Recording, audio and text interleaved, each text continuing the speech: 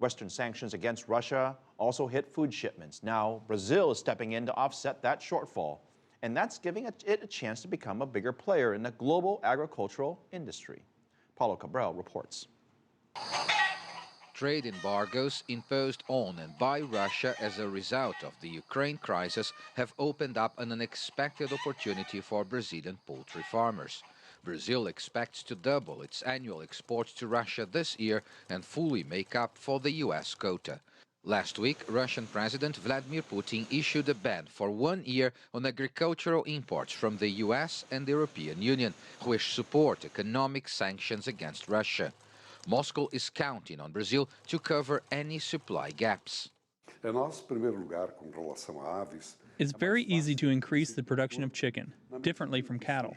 We just need contracts and we can step up production. In the past, Russia bought 300,000 tons per year of chicken, and now this has dropped to 60,000. Now we believe we'll reclaim part of this market.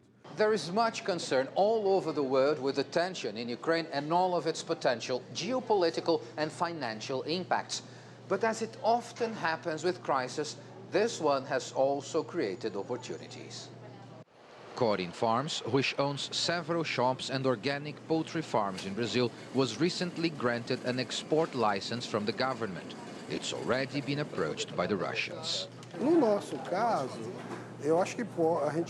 I think we could benefit from this trend. It's true we have a small production and it's all organic chicken, but this may be a great opportunity to reach for the international market. The U.S. National Chicken Council said it doesn't expect the Russian sanctions to have a huge impact on the industry, a view shared by one Brazilian market analyst. Recently, Russian authorities have accredited 100 new meat processing plants to export to them, so this opens up many new opportunities.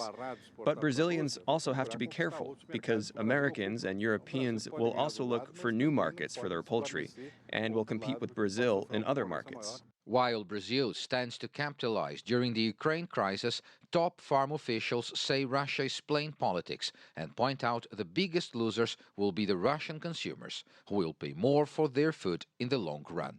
Paulo Cabral, CCTV, São Paulo.